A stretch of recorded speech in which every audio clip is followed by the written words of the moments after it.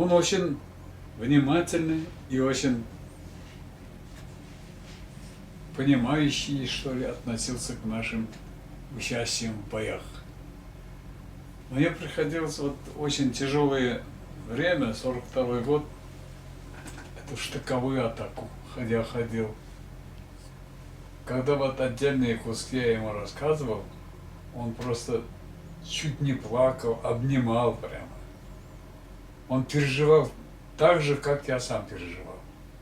Вот этого Иванова, с которым мы за одним пулеметом лежали, он все хотел посмотреть, покажи мне, покажи, что за человек у тебя. Он, может, даже видел его, потому что Кайраклы же недалеко. рядом. А тот был Иванов учителем, наверное, он его видел. К сожалению, сейчас его нет. Вот эта черта хорошая. Потом же, вот у меня отец был. Отец погиб на фронте.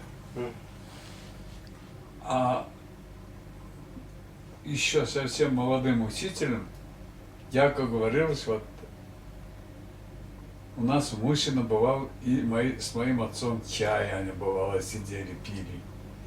И последние годы, когда уже вот 3 брата они погибли на фронте, и осталась в живых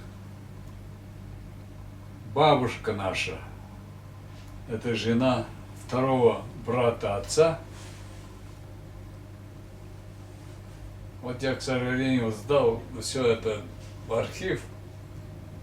Это очень хороший снимок этой женщины. Вот. У него же друг был, этот чувашский фотокорреспондент Исаев. Исаев. Вот, тот делал.